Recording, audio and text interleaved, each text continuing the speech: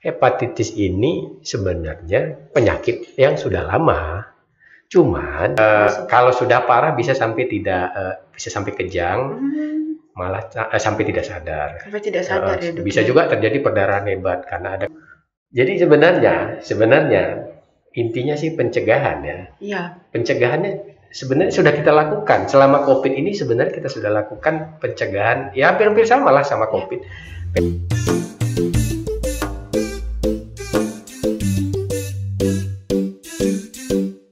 Halo, Assalamualaikum warahmatullahi wabarakatuh. Kembali lagi bersama saya, Laidatul Azura dalam Medcast, Medikus Podcast, podcastnya kesehatan. Teman-teman, kali ini kita tidak kedatangan tamu yang baru, wajah lama tapi rasa baru, bukan gitu, Dok? Stok lama tapi barang lama, stok baru. Kita panggil kembali dan kita undang kembali Dokter Hatta.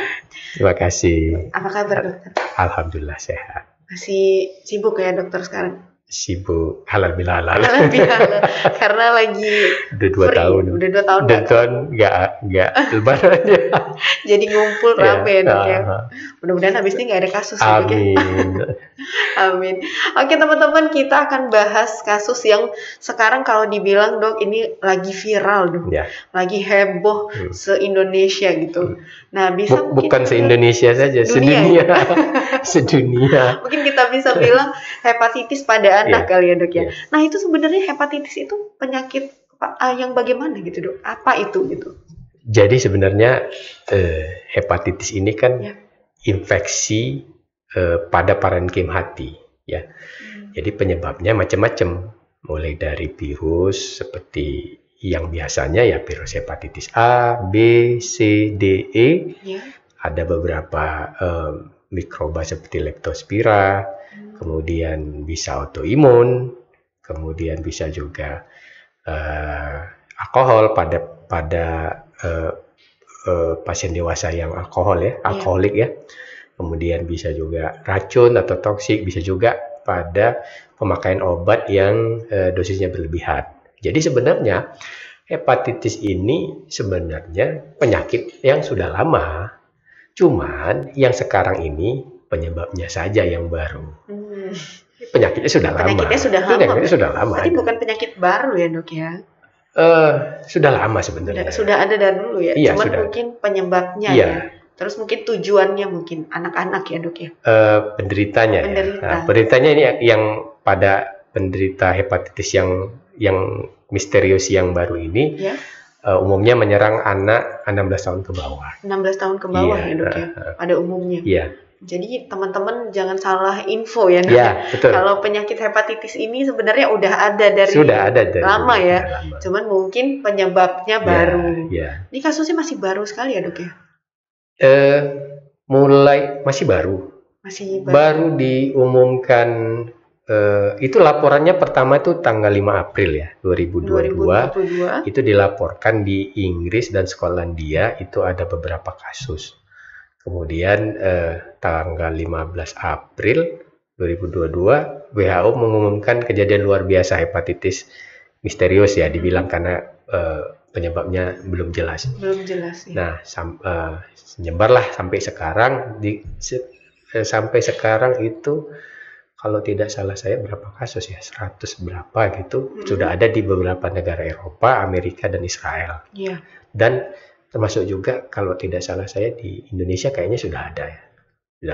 Sudah, berarti memang sudah banyak di negara lain ya, Dok ya? Sudah. Kasus ini ya, Dok ya? Nah, sejauh ini mungkin ini sudah masuk Indonesia, Dok ya? Sudah ada ya? Sudah. Jadi dilaporkan bulan di Rumah Sakit Cipto Mangunkusumo Jakarta itu sudah ada 3 kasus. 3 kasus ya, di Indonesia. Sudah ada per tanggal 5 ya, Dok ya? Bukan, Maret kalau tidak salah. Sudah ada berarti 3. Berarti sudah masuk ke Indonesia ya? Sudah ada. Kasusnya gitu.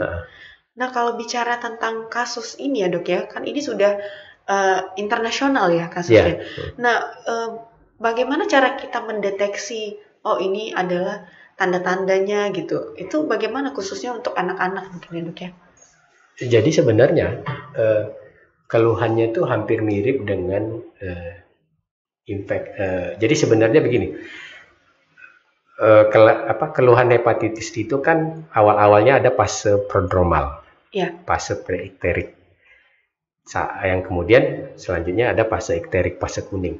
Nah, fase di awal-awal ini dia mirip-mirip dengan keluhan infeksi saluran cerna. Jadi mual, muntah, sakit perut, bisa diare, bisa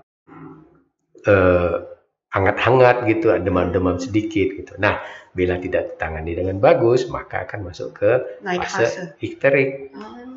Matanya kuning, kulitnya kuning, itu bisa warna kencingnya itu seperti teh gelap, atau warna kotorannya pucat gitu. Itu sudah masuk fase yang fase lanjutan. Tapi udah parah bukan? Kalau sudah parah bisa sampai bisa sampai kejang, malah sampai tidak sadar. Sampai tidak sadar ya, Dok. Bisa juga terjadi perdarahan hebat karena ada koagulopati.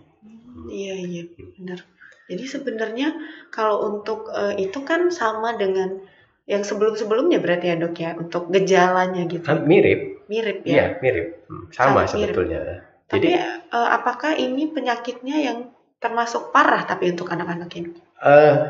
Ya, jadi memang parah. Jadi kemungkinan dia untuk menyebabkan gagal hati akut itu lebih cepat ya dibanding penyakit-penyakit hati yang sebelum-sebelumnya. Jadi makanya memang WHO intens ya terhadap kasus ini. Makanya pada tanggal 15 April langsung diumumkan kejadian luar biasa karena kebanyakan kasus itu berakhir di gagal hati akut atau akut liver failure yang membutuhkan transplantasi hati. Nah, jadi bila tidak dilakukan transplantasi, maka anaknya akan meninggal. Sampai jauh ya jadi transplantasi gitu ya, Dok ya. Akan ini. Nah, sebenarnya kalau kita bicara ini kan virus ya, Dok ya. Ada virus yang masuk, ini virus sama seperti COVID. Tapi apakah sama itu mereka, Dok? Hepatitis dengan COVID ini? Jadi gini, jadi kan yang hepatitis misterius yang sekarang diduga penyebabnya dari hasil investigasi itu kan masih dugaan ya. Diduga penyebabnya adalah adenovirus. Adenovirus dan virus ini sebelumnya biasanya menyebabkan infeksi di saluran napas dan saluran cerna. Tidak pernah infeksinya di hati. Jadi kalau sebelum-sebelumnya kan sudah jelas ada virus hepatitis. Malah dibilang sampai virus hepatitis A karena dia memang sering buat infeksinya di hati gitu kan. Virus hepatitis A, virus hepatitis B gitu. Virus hepatitis C. Banyak virus hepatitis E. Nah, sementara adenovirus ini sebelumnya tidak pernah menyebabkan infeksi di hati. Tapi ini masih dugaan. Masih dugaan. Nah, apakah sama dengan virus COVID? Maksudnya penyebarannya atau gimana? Maksudnya kan banyak nih sekarang info yang diterima gitu kan, Dok. Jadi lebih parah nih dari COVID gitu. Apakah mungkin penyebarannya mungkin atau tidak? Beda berarti. Berbeda. Jadi tidak separah COVID penyebarannya. Tidak separah COVID. Jadi makanya sampai sekarang kan beda. Kalau COVID itu dulu WHO terima laporan itu Desember 2019 ya. Iya, 2019 Desember. Beberapa bulan setelah itu langsung ditetapkan sebagai pandemi. Iya, betul. Sementara ini kan enggak. Tapi ini memang kasusnya masih terbilang baru ya, Dok. Sangat baru. Mungkin masih 1 bulan ya. Jadi mungkin hal-hal yang diterima sekarang ini masih dugaan dari WHO ya, Dok ya? Iya. Jadi ini kan laporan dari WHO ya. Iya, benar sekali. Dan kita kembali lagi ke COVID, antara COVID dan hepatitis ini, Dok. Nah, kalau COVID kita kan ada vaksin. Nah, kalau untuk hepatitis ini, apakah vaksin ini diperlukan atau bagaimana, Dok? Nah, yang susahnya ini, karena dia penyakit baru. Penyakit baru. Sementara kan kalau buat vaksin itu kan butuh waktu ya. Ya, betul. Butuh waktu.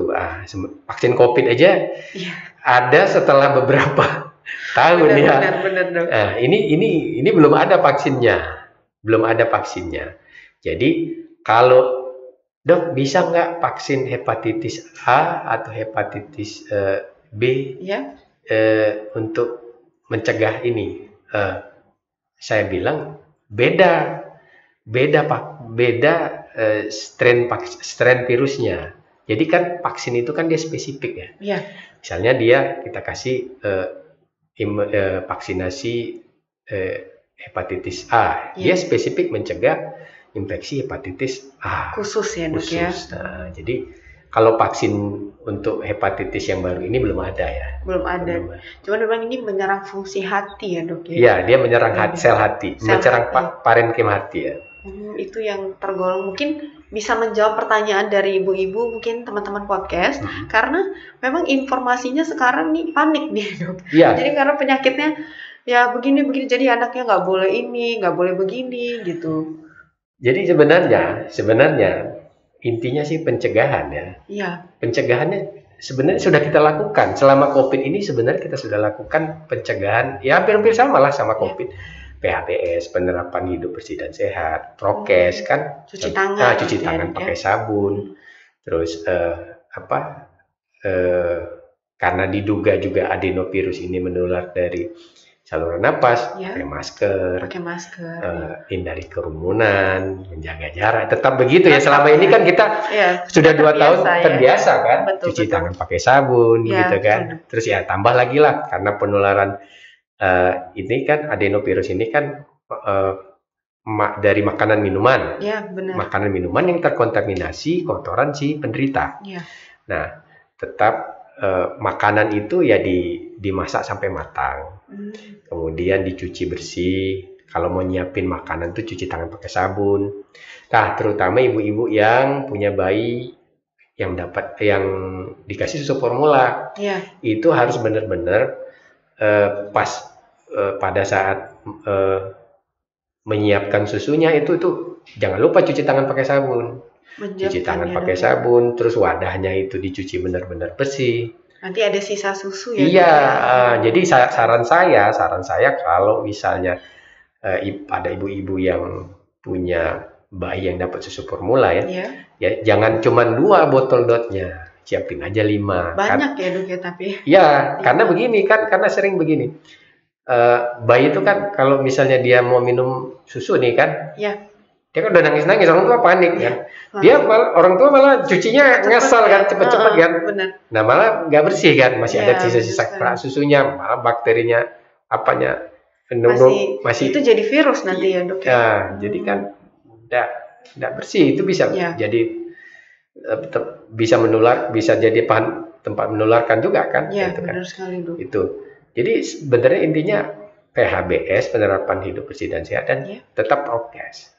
Tetap kembali sebenarnya yang sudah biasa kita lakukan ya, Dok ya. Sudah biasa sih. Sama 2 tahun ini kan sudah biasa. Bukan hal baru ya. Bukan. Tapi mungkin ini karena judulnya hepatitis akut, kan begitu berita yang di ini media sosial ini lebih cepat ya, Dok ya. Jadi banyak mungkin akut menyerang anak, menyebabkan kematian dan segala macam gitu. Nah, pada dasarnya mungkin itu tidak separah itu mungkin ya, Dok ya.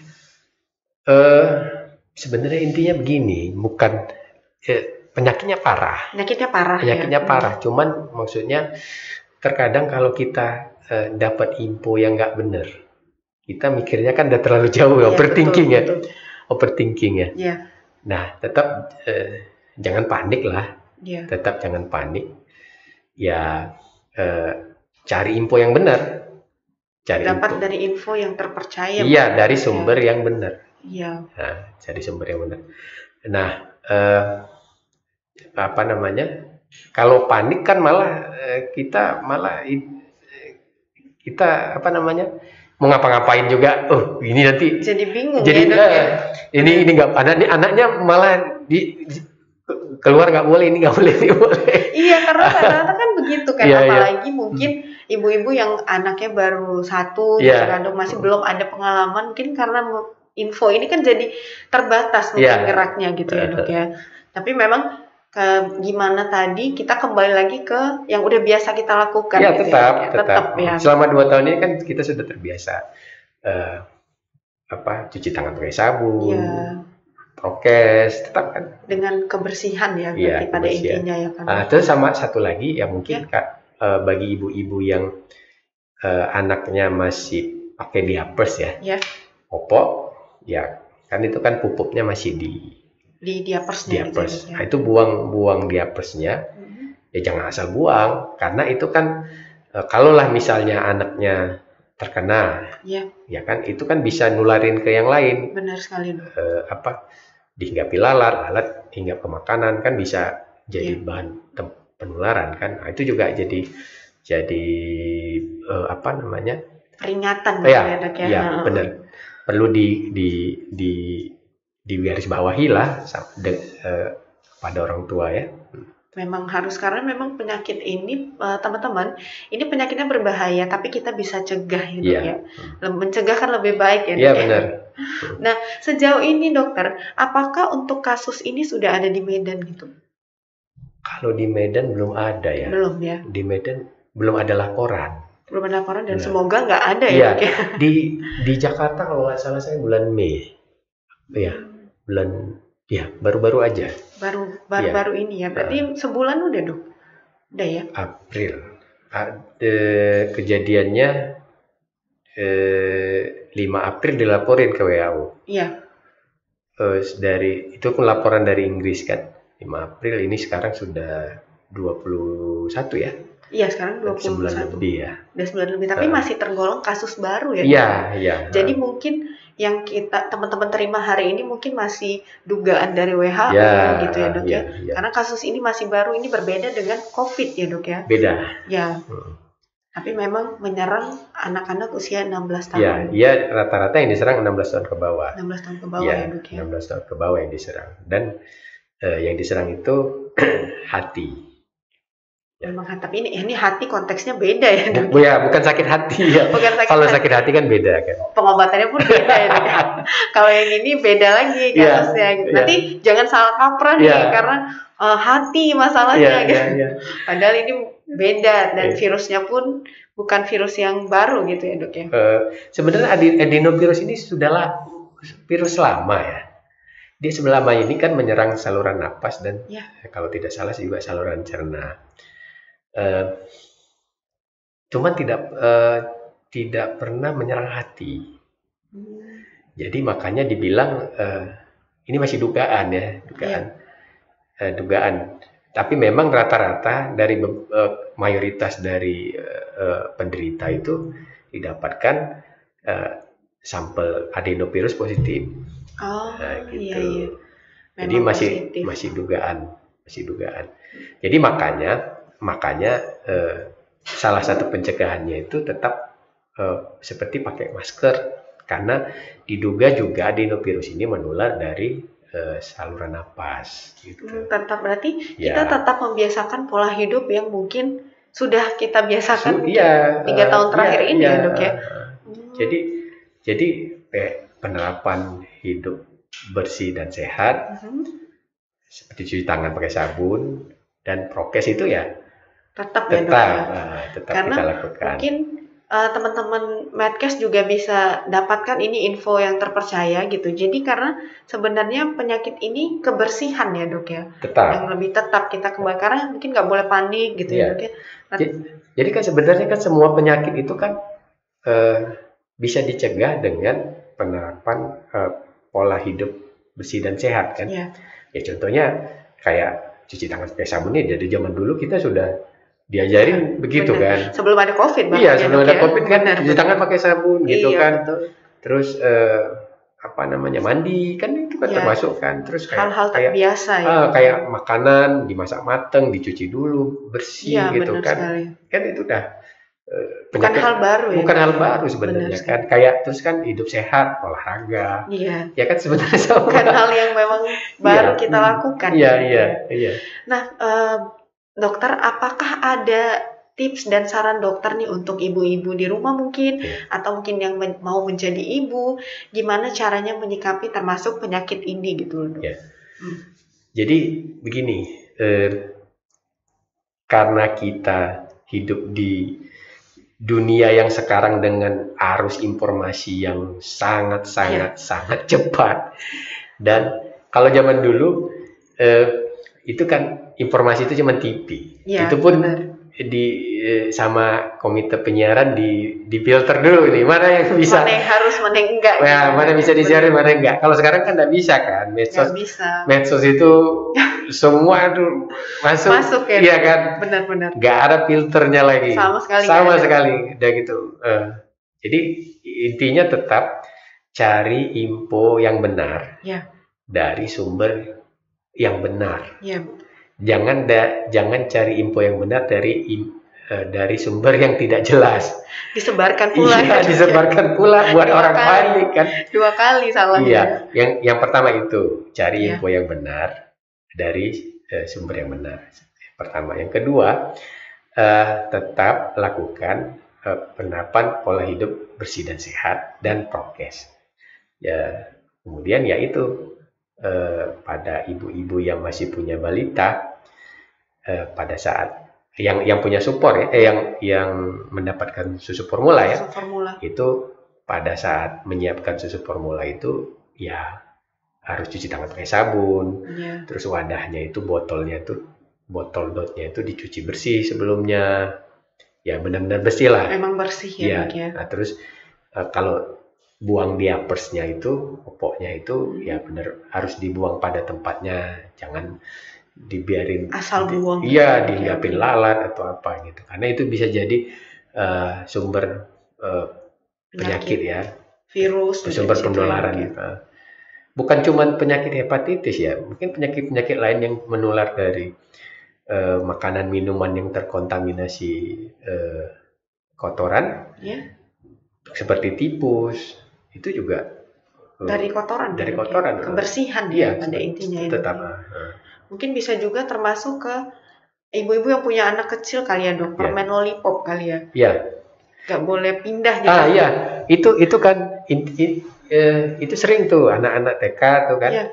Anak SD kelas 1, kelas 2 jajanan tuh, apa tuh gitu kan, apa tuh enak nggak gitu kan, mintalah dia coba tuh, habis itu dimakan lagi tuh sama temennya. Itu bisa juga jadi sumber penularan. Itu juga jadi perhatian ya, Dok ya. Terus kan alat makan itu jangan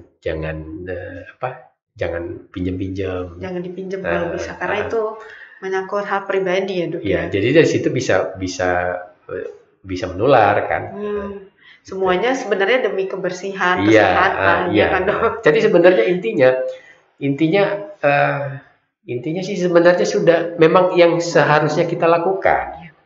Benar. Yang seharusnya memang kita lakukan untuk agar menjaga tubuh kita tetap sehat. Tubuh kita dan orang sekitar kita tetap sehat. Jadi bukan cuma kita aja. Iya. Tubuh kita dan orang sekitar kita tetap sehat. Tetap sehat ya, Dok ya. Ini bukan hal baru sebenarnya. Sebenarnya kan kayak PHBS, prokes itu bukan hal baru. Gitu. Cuman ya disesuaikan kan. Kalau pas penyakitnya ini, gini prokesnya. Kalau pas begini prokesnya. Disesuaikan ya, Dok ya. Nah, teman-teman, mungkin info-info yang didapat hari ini adalah info sumber terpercaya dan dari WHO ya, Dok ya. Dan ini juga termasuk dugaan untuk kasus hepatitis sendiri ya, Dok ya. Jadi dari WHO itu penyebabnya masih diduga.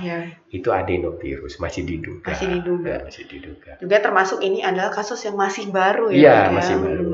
Jadi masih viral lah. Iya, jadi kan tidak tertutup kemungkinan nanti ditemukan mungkin penyebabnya ada yang lain gitu. Atau penyebabnya bukan ini, bisa juga. Bisa ya, juga Dok, ya. Kan. Karena kan masih baru ini. Karena masih baru dan masih diteliti mungkin. Iya. Kayak kemarin kayak COVID kan begitu juga kan. Awalnya kenapa nih gitu. Dicari. Ternyata sumbernya ini, bukan yang ini gitu. Ternyata sumbernya penyebabnya virus corona gitu kan. Benar sekali. Kan kayak corona itu kan itu kan sebenarnya memang sudah ada. Tapi kan tidak seserius ini penyakit yang ditimbulkannya gitu. Benar sekali ya, Dok. Kalau kita bahas lagi untuk hepatitis ini mungkin lebih dalam banyak ya dok ya. Cuman untuk episode kita kali ini upaya pencegahan nah dok. Jadi biar informasinya bisa masuk ke teman-teman di rumah atau ibu-ibu gitu. Informasi dari dokter Hatta langsung dari dokter spesialis anaknya. Nah dokter mungkin untuk next podcast kita bisa undang kembali. Boleh siap, dok ya. Siap. Dengan tema yang beda gitu ya dok. Boleh siap. Nggak masalah ya dok ya. Boleh siap. Karena kemudian kalau untuk kasus anak ini banyak sekali. Banyak sekali. Iya. Karena informasinya yang jelas, akurat dan mungkin kan bisa dapatkan di info-info langsung dari dokter spesialisnya gitu ya kan dok. Jadi untuk podcast hari ini mungkin kita cukupkan sampai di sini, nggak apa-apa ya dok ya. Oke. Mungkin kita bisa bertemu di lain waktu dengan kita ulang atur jadwal ya dok ya. Oke. Oke teman-teman, terima kasih Dokter Hatta untuk tempat dan waktunya. Dan terima kasih teman-teman Medcast sudah menonton episode kali ini tentang hepatitis pada anak. Jangan lupa tetap nonton podcastnya Medcast setiap hari Sabtu pada pukul 9 pagi. Terima kasih. Assalamualaikum warahmatullahi wabarakatuh.